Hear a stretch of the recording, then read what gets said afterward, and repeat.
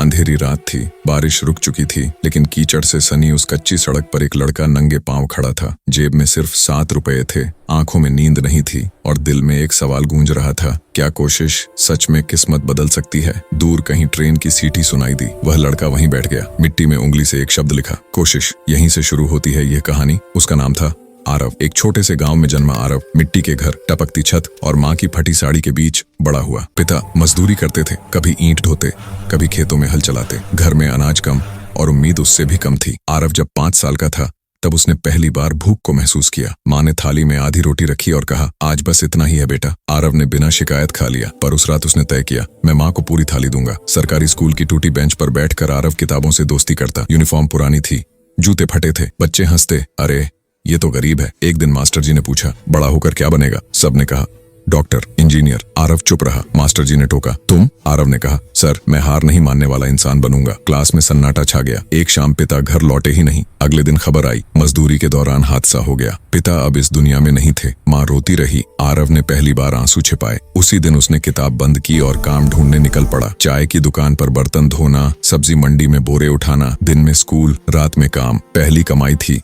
20 रुपए। उस रात आरव ने माँ के सामने पूरे 20 रुपए रखे। माँ ने उसके सिर पर हाथ रखा, तू बहुत आगे जाएगा। वह आशीर्वाद उसकी ढाल बन गया। 10वीं की परीक्षा के समय आरव बीमार पड़ गया। काम छूटा, पैसे नहीं थे, परीक्षा खराब गई। लोगों ने कहा, छोड़ दे पढ़ाई। आरव ने रात भर जागकर खुद से बात की, अगर आज छोड़ा तो जिंदगी भर छोड़ेगा। उसने फिर कोशिश की। 12वीं के बाद आरव शहर गया। स्टेशन पर ठगा गया, भूखा रहा, फुटपाथ पर सोया। एक दिन भूख से बेहोश हो गया। किसी अजनबी ने पानी पिलाया। आरव ने आंखें खोली। जिंदगी ने एक और मौका दिया था। कई परीक्षाएं दी, सब में असफल। हर रिजेक्शन लेटर एक चोट था, पर वह शब्द उसे याद था, कोशिश। एक छोटे कोचिंग सेंटर में रात की नौकरी मिली।